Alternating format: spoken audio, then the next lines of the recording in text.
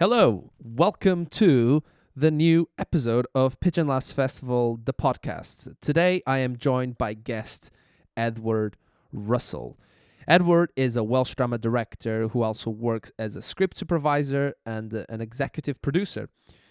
Some of his career includes a stint working on Top of the Pops, a long period as brand manager for Doctor Who, as well as being chair of the Wales Committee for the Royal Television from 2020 to 2025.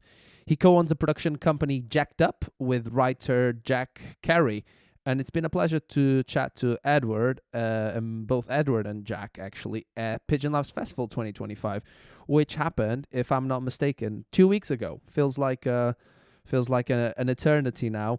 But the festival took place 2 weeks ago, and I also want to say thank you to every single audience member and filmmaker who made the effort to make the trip down all the way to the Welsh capital to attend the festival. The feedback was tremendously positive, and I am very, very thankful you could join us for these 2 days of short film screenings, workshops, and industry guest Q&As and interview. I very much enjoyed having this conversation with Edward. Edward is a lovely guy indeed. Some of the highlights from this conversation are the fact that Edward has got a vast experience when it comes to the film and TV industry, like I mentioned in the introduction, he works as a script supervisor, and he very much links how much working as a script supervisor has helped him and supported in his career in order to boost his skill set as a director. And we go into some of his experience being a script supervisor and how that has helped his career to evolve eventually into a directing role. So if you find yourself in a similar situation like Edward, you might certainly want to tune for that. Edward Russell is indeed a award-winning filmmaker. He took home on the finalist screening 2 awards for Best Made in Wales Short Comedy and Best Welsh Director. So congratulations for Edward on achieving 2 awards at Pigeon Festival. We talked about his award-winning short studs, some fun experience on sets, and how he used his knowledge as script supervisor to direct his first comedy script. Enjoy this conversation. Now, as you may have heard, the nation is facing an acute population crisis. In an effort to alleviate the crisis, you have been chosen to be a part of the government's breeding programme. Sure. So we've set you up somewhere for the weekend with everything that you need. Nice to meet you. I'm Harry. Did you rig this? That's right, Mia. I rigged a government-sponsored breeding programme in an attempt to have sex with you. State-sponsored shagging. Right. Well, I'm just saying that we get it over with, like make it quick. No worries there. You're the expert. We don't have anything in common, do we? Any subject who fails to take part as a willing population booster will be executed. So, just lay back and think of England.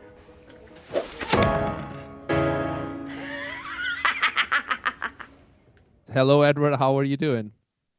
I'm very good, Jose. Good to see you again. It's good to see you since last Saturday. Has life changed much for you since becoming It's been unrecognizable. Sorry, I've been unrecognized. No big changes yet. I mean, it's interesting because you post about the wins to social media and people do acknowledge it. And I've bumped into people again in the street that I know, and they're like, "Oh, congratulations!" and it's a great feeling. Yes, so very, very happy to have won not once but twice last Saturday. What an achievement! Indeed. And it's I think it's exactly like you said. It's not life changing, but sometimes the little recognitions that you get, I think, can go a long way, can't they? Yeah, it's all about perception. I mean, as flattered as we are to have won these 2 awards, that's 6 now we've got for studs, and people are like, "Oh wow, your film's won lots of awards," and we're like, "Yes, it has." And so I think it just gets into their head somewhere. This is an award-winning director, so yes. And, hey, Pigeon Laughs is one of the best awards I've won. It's not a BAFTA or an Academy Award yet, but yes, it's still an award. Exactly. I want to let our listeners know a little bit more about yourself. So would you be able to tell us a little short introduction of yourself for someone who has not heard your name before and your roots to Wales? Yeah, of course. So my name is Edward Russell. I've been around a very long time in the industry, in the TV industry or the film industry, and before that, even in the music industry. So I was lucky to be working in the music industry in the mid '90s during the height of Britpop. And I worked for a set of record companies which looked after bands like Charlatans, but also The Prodigy and stuff like that. So I was living in London during that time. That was a great time to be in your mid-20s and working on the music scene. But I'd always wanted to work in TV, and a couple of years after that, I started working on Top of the Pops, which older listeners will be aware of. That was the music show, around for about 50 years, I think, just over 50 years. So it was where all bands performed and stuff like that. And I'd been at the BBC for 5 years, sort of working on all their extra content, online stuff, red button stuff, that kind of stuff. And 20 years ago, last month actually, Doctor Who returned after a bit of an absence on screens. This time it was made by BBC Wales. And I watched that first episode and I loved it. I fell in love with it. And I just thought, I want to work on this show. And, it's a complicated route that we'd have to go through three podcast episodes to even begin to describe. But I ended up less than a year later working in Wales on Doctor Who, Okay. which was great. I'm from Wales originally. I am Welsh, but my parents had left when we were really young, which is why I have an English accent. I was Although going I to do say have that, an yeah. English. Yeah, I do have a Welsh accent if I'm either tired or drunk. And there are some people who say that I usually am either tired or drunk, but the accent is the accent is a good indicator. And currently, you're neither of those at the moment. Yeah, yeah, well, yeah, I'm very, very English at the moment. I Yes. mean, it's a Friday afternoon. Yeah. Yeah, and I worked on Doctor Who for a very long time. The role I had there was brand manager, which sort of sounds grand, but basically it was a lot of fun. Basically, anything around the show, not the show itself, but anything around it, whether it's something on social media or merchandise or an event or a trailer or what have you. I was across. I wasn't doing it, but I was sort of looking after the people that did it, not their boss. Sort of, if you imagine like a conductor of an orchestra and all these various people in the orchestra, people around Doctor Who, then I was sort of like giving them guidance on what to do. And that was great. I did Doctor Who there for about 12 years. Loved, loved, loved it. But I was also exposed to the making of the show as well. So I really understood how drama was made. I understood very well how scripts were made because I was across a lot of the scripts for things like the audio stories and the comic strips and stuff like that. And I knew that making TV rather than helping promote other people that were making TV was what I really wanted to do. And so I've sort of then started a long, long route towards that. Of course, COVID and lockdown happened in between. And for one period, I went off and I was actually making podcasts as well, making a fair bit of money out of podcasts. But eventually, just sort of as lockdown was starting to be lifted, I retrained as a script supervisor. Now, script supervisor is a role that not an awful lot of people know about. But it's a really vital role. You're Mm. basically you're glued to the director for the whole production, and you're across obviously the script, making sure all the lines are said, making sure the right lines are said, the right words in the right order, etc. Helping the actors, letting the director know if a word was missing or that kind of stuff. Across the continuity, where they lifted their hand, where they walked in, where they were wearing a scarf. But also, I mean, it's much more detailed than that. It's stuff that will allow it to cut. So basically, as everybody who is vaguely aware of making films knows, you do lots of takes from different angles, etc. And if those actions don't match, you can't cut. I mean, you can get around it, but so a script supervisor is doing that. And a script supervisor is also making all the notes. So the director will say, yeah, that's the take I want, or yeah, can you get them to use that line from that take and that line from that take and stuff. So you're making all the notes that go off to the editor as well. So it's also the role that everybody else comes to. They're like, oh, what time of day is it? What should they be wearing their coat? Should their hair be up? Everybody else will come to you with all these questions. I had no idea it even existed. It's also a great role for someone like me because I'm a pedant and I love I love telling people when they got things wrong. No, the polite way of saying that is I like helping people get things right. Right. But yeah, it's a great role. And I knew that what I wanted to do actually was either to produce or direct. So this was a great way to be exposed to that. And I thought production was going to be my way. And then a couple of years ago, I was working on a BBC Three comedy made by Studio Lambert called Borders, which is made in Bristol. Hmm. It's a really great show. I don't know if any of your listeners are aware of it, but it's basically about a group of five young black youths from South London who win a scholarship to a very posh, old-fashioned public school in the middle of nowhere. And it's basically the two worlds collide. And that's where the comedy comes from, but it's actually quite deeper and more meaningful than that. Anyway, script supervisor on that, loving it, loving it, loving it. Um, and the producer, Ali, who has worked on loads of great comedies over the years, shows like Uncle, 90 Night, some brilliant, brilliant stuff. She said to me, I think you're a director. And I was like, oh no, I don't think I can direct. And she was like, to be honest, you direct underneath your breath every time the real director goes for a take, which I hate to think that was true. But when the opportunity came up to do some second unit stuff, I mean, and basically second unit is all the stuff that hasn't been time to film during the normal schedule, or when the editor comes back and says, "Can we have a hand closing a door or that kind of stuff?" Yeah. She said, "Would you direct it?" So I did. I ended up doing a couple of days of that, and it was some full scenes as well. And I had a moment. If it was a film, it would be one of those dolly zooms, where the background goes Yeah, away yeah, yeah. and it zooms in. It was like, oh my God, this is who I am. How has it taken me this long to realize that I'm a director? And I'm not saying I Right. was particularly good at it, but I knew what I was doing. I've been sitting next to directors for years and watching how they did it. And I found I could do it. I knew the terminology and most of all, I loved it. Really loved it. Yeah. So there was the desire and the first bits of directing. And of course, to become a director, what you then really need to do is make your own stuff. I mean, that's generally the route, unless you're some sort of Nepo baby or very, very fortunate. You then have to prove that you can do it by making short films, which I was happy to do. And I happen to know a very, very clever writer, a chap called Jack Carey. We'd met during a short film that he'd written, and I was script supervising on a few years earlier. And he sent me a bunch of scripts, all of which were brilliant, like really funny. And I love comedy. Comedy is where my heart is. I love making people laugh. And I think comedy is just such a short word for all sorts of stuff. There's a lot of Hmm. drama. There can be, the sadness, horror, everything in comedy. Yeah. Comedy does everything. Um, he sent me a couple of scripts, and we had one particularly really, really great script that we wanted to make, but we knew it wasn't going to be easy. So we said, let's make this slightly easier one now, Studs, and get it out there. And we made it very quickly, and I'm sure we'll talk about that a bit more in a minute. Yeah. But that's it. It's our first film, and as I said, we've won 6 awards, including 2 at Pigeon Laughs, which was such a great event, Jose. We had so much fun, and I will talk about that as well. It's a really great festival. I'm wishing lots of success for it for the future.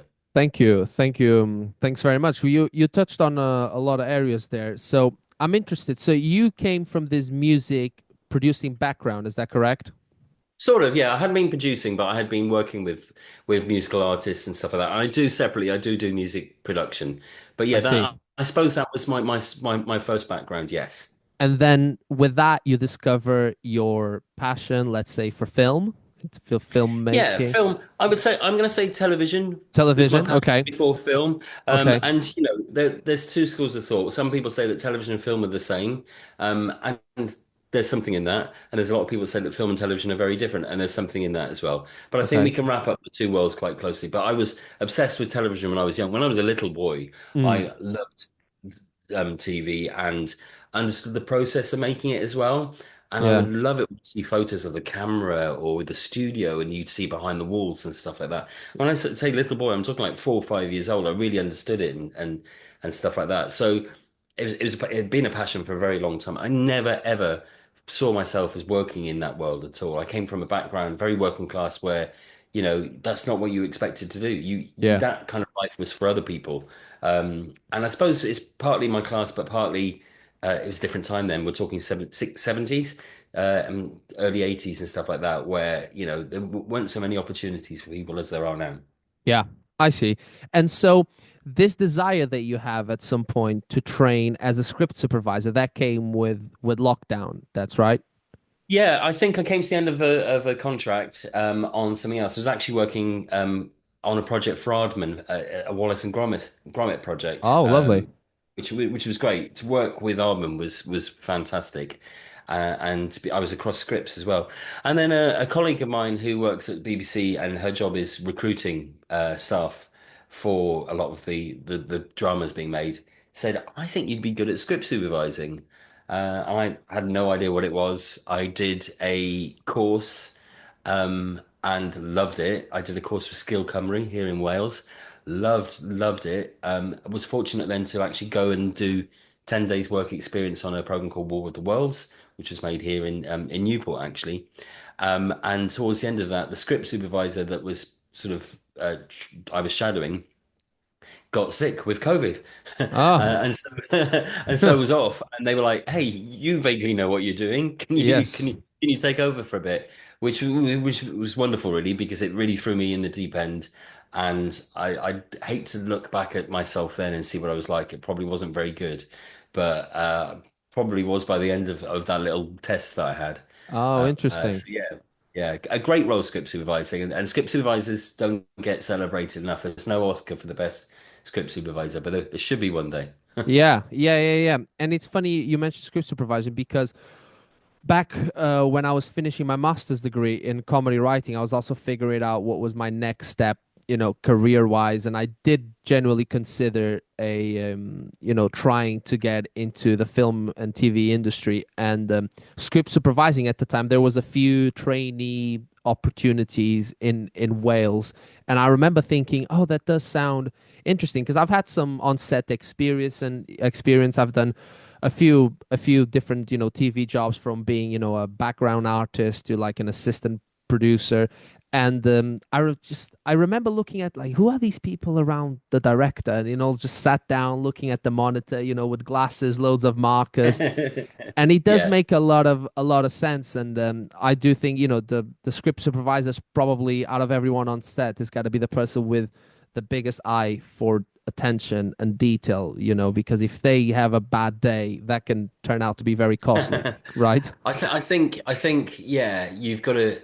People say to me, even people I work with say, I don't know how you do that. And I think I've just got the brain that works. Mm. So literally the first AD will shout action and you are glued to it and you will have made your notes going along and you do little hieroglyphics all over the script and stuff like that. And you're looking at the screen and you're making your notes and your different color markers so you can do all that kind of stuff. So that Mm. when this is take seven or what have you, hang on, no, they lifted the coffee cup at the wrong moment there, or they haven't said this line, and you have to work out in your head, is that line important? Actually, yes, because if she doesn't mention the book of matches, that comes up in scene 21A, and blah blah blah, and you're also thinking, well, they haven't got that right, but it's okay because I know that the editor is going to be on a different shot at that pace. So basically, it's mad, and it's for a minute until they Yeah.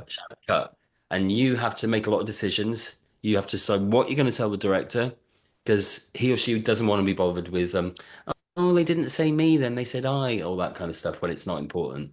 So you're going to be really on the ball, I and it's great. It's a lot of adrenaline. I've actually lost a lot of weight being a script supervisor, even though you sat there, because it's just the stress Oh, of really? of that being the responsibility. Yeah, you get it Yeah. wrong, it won't cut. The whole scene won't work. I mean, there's always ways around it, but Yeah, of course. Of course. you don't want to be the reason for that. Exactly. I was gonna ask you how involved are you as well in the pre-production process? Because I assume you have to have a good understanding of the script of the story, because otherwise you're not gonna understand what the scene is about. But are you much involved? Not as much as I would like, really. I mean, the sort of thing that happens is scripts are a long time in development, and there are script editors, writers, and directors and producers working on Hmm. it. And by the time you come in as a script supervisor, it's pretty much locked. Unfortunately, not always the case these days, and you're still waiting for amends right up until the first day of shoot, if not after that. But sometimes that can be a moment when you come in, you might get a week or two's prep on a film. And that might be a moment when you come in, and you go, hang on, they go in the lift here and they go up to the surgery department, but that doesn't make sense because they don't know that person yet, or something like that. And you'll Hmm. give that note, and they'll go, "Oh God, yeah," because these people have had their head so much in a script that they haven't always looked at the logic of stuff. Yeah. Um, So yeah, you're that's not the reason you're there, but that's something that happens at that point. And you might even get the opportunity. I mean, I wouldn't do this unless I knew the people I was working with, where you might want to say something like, "Do you know what? If you put this scene before that scene, that will make this bit easier," and stuff like that. I see. That's a difficult thing to do with people you don't know, because you need to win people's trust first, and that's the sort of thing actually that doesn't happen until the first day or second day shoot when something goes wrong and You you prove save your the day. worth. That's it. You prove your worth, and then everybody's like all over you. Yes, Hopefully. hopefully. Yeah, yeah, You yeah, you mentioned earlier as well working on the BBC comedy Borders. yeah. How was that working on that show kind of like fleshed out your appetite to direct more comedy further? Yeah. I mean, comedy is just such an incredible thing. Like I said earlier, I don't think there's a great deal of difference between drama and comedy. Hmm. Comedy is just drama that's funny. But there is nonetheless something a bit special about a comedy performance. Hmm. I love making people laugh. I happen to think I can be quite witty and funny myself sometimes. And there is no greater pleasure than making somebody laugh. And it's a science. Yeah, whatever someone says about being naturally witty or the delivery and stuff like that, there is, well, I suppose that's what they mean by the delivery. There is a science to it. There is a reason why that's funny. Sometimes there are several reasons why something is funny, and I have an analytical mind, as I'm sure lots of people listen to this podcast do if Yeah. they're interested in this kind of thing. But when something's funny, I like to think, why is that funny? And I was doing that throughout making Borders. That Yeah. wasn't the first comedy I worked on, but I was very much like, oh yeah. And we had a lot of young actors on Borders. But a lot of very established older actors who were just I was just watching them and talking to them afterwards about their craft. Actors love talking about their craft. They'll be very humble, like, "Oh, I just turn up and say the lines, but really, you liked that?" And they'll go into depth about why, how they feel a scene worked. Yeah. And yeah, it's very easy to go something's just funny, but it's alchemy. Well, it's a bit more than alchemy. It's a very clever, considered science, and like anything that's great, you've got to make it not look like that. Yeah. But that's something I'm still learning to do, and I will continue learning to do until I stop directing, I'm sure. But yeah, it's fascinating. It's fascinating. And after working on Borders, was your mind like, I need to direct the next thing? And was that when Studs came about? It was, yeah, yeah, and I knew it's not, that was 2 years ago almost, and I would love shall I say, a paid directing job, working for a film or a TV show. That's going to take a long time to happen. I mean, it's difficult at any point in your life, whoever you are. I think when you're a middle-aged white man at the moment, it's particularly difficult. I don't have a problem with that. That's just the way the world is now, and that's fine because it just means I've got to try a bit harder.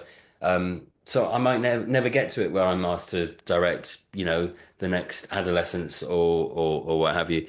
But I'm going to have a lot of fun doing it in between doing supervising. So yeah, I thought I need to make the short film, and that's where Studs came along. And yeah, what an experience that's been. How long did it take you to shoot Studs? How much? So we did the actual shooting in 2 days. We did it very quickly, and we did it on Mm. weekends over not quite consecutive weekends. We had a weekend off in between. Hmm. So a fair bit of prep beforehand. Working on ideas. I was very fortunate. It's a cast of only three, and they were all very invested in it, especially the two leads, who were also exec producers. So we did have a bit of extra time to do read-throughs and to Yeah. talk costumes and stuff like that in a way that you might not normally have actually Yeah. on a film. So that was great. But yeah, the shooting itself, 2 very intense days. Could have easily done another day, and maybe would have had a slightly better film. I don't know. Yeah. I'm very happy with what we've got. Amazing. One thing that stood out for me was that when I rewatched it on Saturday at the festival, I think one of the things that makes the script great from a structural point of view is that it's a comedy in a sense, is that you have conflict from the get-go, and the whole narrative steams from the conflict between the two lead actors. But I also think what makes it stand out is that there's quite of a warmth about it. There's like a message around the script. So it's not just comedy for the sake of it. There's obviously, it's a comedic short, but there's a very nice message around it. And my question to you was, what does stand out for you in the script that made you go, oh, I'm very interested in directing this short?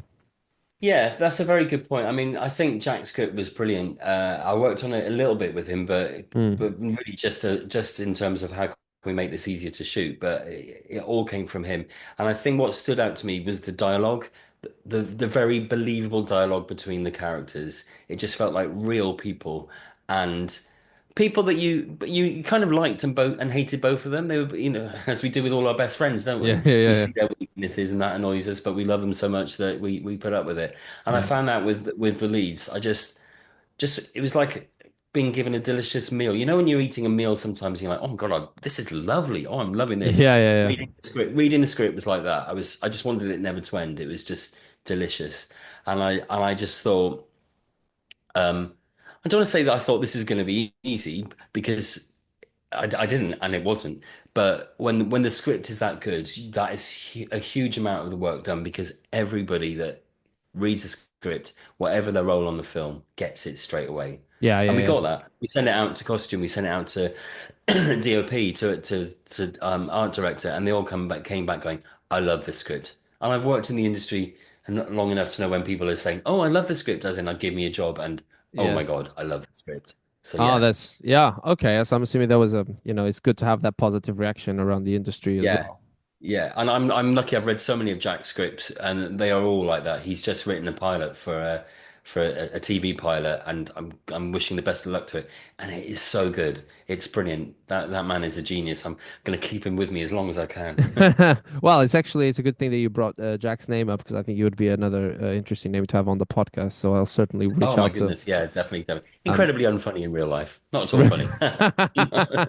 I'm saying that because he's going to listen to this. No, he's a great guy. But that's Yeah, why you yeah. guys make a good pair, then I suppose. Yeah, we do. I mean, it's funny because we are quite different ages with different generations, and I think that works really well. We bounce off each other. I've got a lot of experience of how the industry works, and in some ways I'm a bit jaded or a bit cautious and maybe a bit paranoid about certain things. Mm. And he's kind of got that impetuous sort of wide-eyed approach to stuff, which then sort of I think we sort of roughen out each other's smooth out each other's rough Yes, edges and yes, yes, yes, yes, roughen yes, up yes.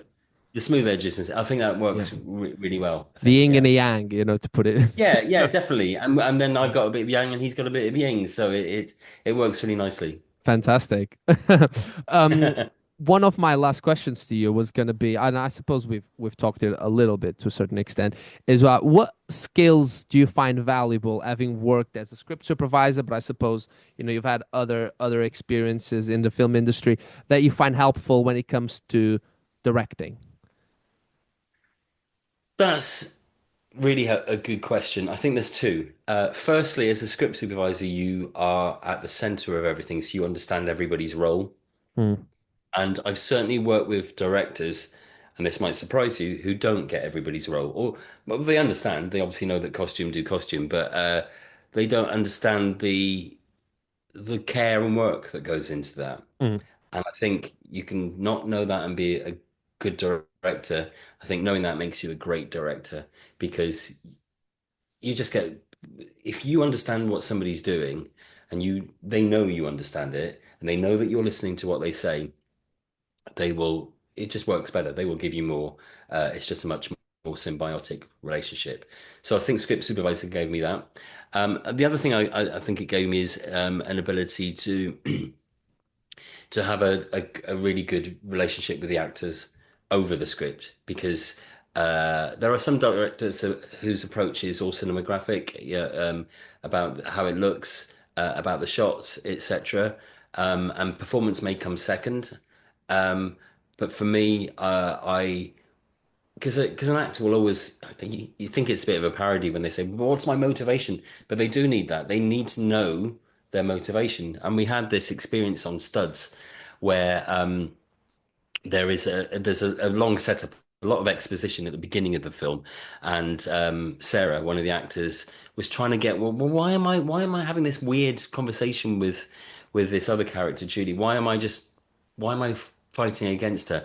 And she went to Jack first of all, thinking, well, he wrote the script, he'll know the answer. Yeah. And he went, I don't know really. Ask Edward. And she went, you're rubbish. And she came and asked me. And I was put on the spot, and I came up with something. Because as a script supervisor, you have to come up with stuff on the spot all the time. When an actor say to you, but why should I say this line? And you go, because blah blah blah blah. So I was able to do that, and I think I just came up with something that was Yeah. probably right. It's because she looked at me and went, of course, yeah, and walked off, and then just gave this amazing performance. So I think it's an ability to know where they're coming from, what will help them, and to assist them. So yeah, it's not an unheard of route to go from script supervising to directing. It does happen, but it's not the normal path that people will take. But there's definite advantages to doing it that way. And I'm still script supervising. I'll be doing that because it's what pays money for me at the moment. I Yeah. hope that maybe we'll be talking in a year's time when I make my next film, and I'll be a fully employed director. I don't know, um, Exactly. but but yeah, script supervising is very much at my heart. Interestingly, we had a script supervisor on Studs, obviously, who was so good. Ash, Ash Denver. And probably he's just very good anyway. But there's part of me that thinks that he knew that I was a script supervisor, so he was trying really, really hard to impress me. And he did. He He impressed me did. very much. So That's there you go. great. Very good. I remember as well. We talking at the festival. You mentioning that you had gone to New York for a film festival and you'd won an award. Was that for Studs? And tell me a little Yeah, bit what's yeah. going to be the journey for Studs moving on. Yeah, so I mean, it's been a really interesting journey. We made it quite quickly, but we were fortunate that we were able to get really good post-production on it as well as great production. So it looks great and it is a lot of fun. And we started submitting it for a bunch of festivals, and we were immediately upset, disappointed, surprised at the number of rejections we got. And luckily, a friend of mine, Charles Fenn had just made a short film, and he said exactly the same has happened to me. It's just the nature. I'm sure, Jose, you're aware of this. There's a lot of you never understand the reason why. Yeah. But a lot of festivals say no, and interestingly, a festival has announced its films this week, and a film that we competed against and won at Pigeon we haven't got through to this next festival, but they have. So, there's no rhyme nor reason to it. Yeah. So at first we were quite disappointed, but then all of a sudden a few acceptances came through and with it a few wins. The North Film Festival has been running in New York for about 3 years. And we thought, what, we're going to go for it. Thankfully, if you're living in Wales, there is a bursary scheme through Creative Wales, the Welsh government, called Ymddiried, which help you fund overseas trips if you are representing Welsh filmmaking. So we were able to speak to them and get some money towards our flights and hotel to New York, which really helped, obviously. That's I think I amazing. would have tried to find a way to get there anyway, but the fact that we were able to get this grant really helped enormously. And yeah, that was great. I mean, it's a very, very British film, as I'm sure you're aware. So Yeah. to watch it in a room full of Americans and know that they were probably not understanding 20% of the jokes, but still, laughing at the ones they did get was a great experience. And yeah, we won. We went to the award show. And I kind of guessed there and then that we'd won because as we walked in, the organizer looked at me and said, "Good luck." I went, "Oh, thanks." And I walked in and I was like, "He wouldn't have said good luck to me if he knew I was going to lose." Or maybe he. So yeah, and then we won Best International Film, Oh, that's uh, amazing. What was that? which What was was the name great. of the festival? I'm It's called curious. the North Film Festival. I think Oh, it the North runs. Film Festival. Yeah, yeah, and it runs in Stockholm as well as in New York as well, and that was great because that was held just off Times Square in a theatre club, and that was great. I mean, being in New York is just brilliant anyway. Yeah, it's amazing city. It's, but we didn't think we were going to win because we watched, we saw a lot of the other shorts and some were not, dare I say, of the same standard as ours, I'd like to think. But Yeah. some of them we thought were really, really great. And this is what's great about Pigeon Laughs is people don't often take comedy seriously, no pun intended. But comedy is kind of considered the lesser the lesser creative. And so if you've got a film about somebody with dementia or a social issue, they tend to win. So we were quite surprised that this crazy little British comedy won. Yeah. But it did. That was wonderful. That was really great. Again, perception. Everyone back home read about it on social media and was like, "Oh wow, you've gone to New York and you won the New York Film Festival." Now It we may want to as well see have what been you're like- about, you know. Yeah, exactly. Yeah.